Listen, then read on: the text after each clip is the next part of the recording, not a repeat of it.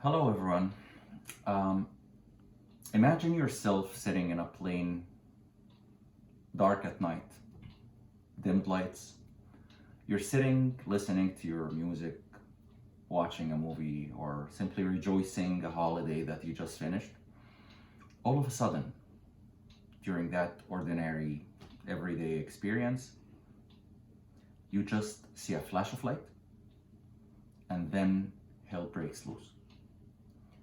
You're suddenly thrown with your seat, if you're lucky enough to be seat belted, or free falling out of a bursting plane in the air 4 kilometers above ground level.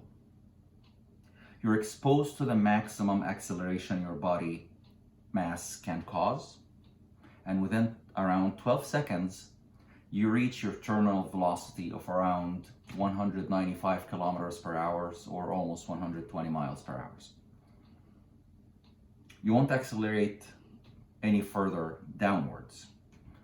Yet, you're still spinning uncontrollably with very, very high G-forces that makes you unable to move any muscle of your body.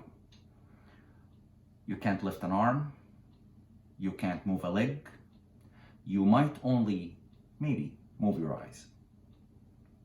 Your ears, your nose, and sometimes even your eyes are bleeding because of the abrupt blast wave followed by the consequent steep depressurization. You can see your loved ones strapped to the seat next to you or spinning in the air across from you, like your kids, your husband, your wife, and you're unable to touch them. You're unable to talk to them. You're unable to say, "I love you." You're unable to utter last words. You're unable to do anything but barely gasp, trying to catch your breath, or maybe scream. Then suddenly you realize that you're no longer on a flying plane, that Earth is beneath you, by your side, or maybe even above your head, but it's approaching you very, very fast. You know, hitting the ground is gonna kill you, and you can do nothing about it.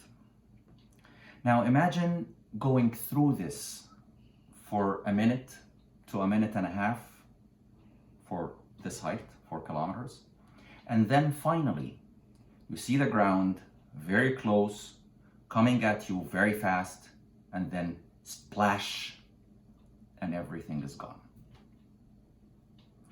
This is what every person on flight PS752 was going through in the last 2 minutes of their lives, or worse. It's a horrible death. I'm telling you this based on my background as an air defense officer and as a pilot as well. I heard a lot of people mistakenly think that this was a quick and painless death, and they are wrong. It was an agonizing, terrible experience all victims left this world with. Anti-aircraft missiles usually do not hit inside their targets. They come close to them and then detonate by their proximity fuse. They throw thousands and thousands of shrapnels around the target. If only 2 or 3 of them manages to hit through the walls of the plane, they are enough to destroy that target. The plane in that case is simply like an inflated balloon, because that tube that comprises the fuselage is pressurized. It has higher pressure than the atmospheric pressure around it. And once a shrapnel manages to puncture through that wall, much like a pin punctures through a balloon, it is simply gonna rupture uncontrollably, and small pieces, large fragments the plane is going to lose integrity and it's going to start flailing and falling down towards Earth. What a horrible death. This is really, really horrible. 5 students at my University of Windsor were on that plane. 5 classmates. And overall, 138 Canadians or Canadian residents were on board that plane, planning that very night to come back to Canada. I really want you to ponder their experience and tell your MP, politicians, your community leaders, we need to ask our Prime Minister and the government of Iran to do the right thing and take care of these families. Not only that they lost their loved ones, but their sons and daughters suffered the unthinkable in their last minutes of their lives for no fault of their own, on their own. Please stand up for the victims of that plane, and remember, we are Canada. We are all flight PS752.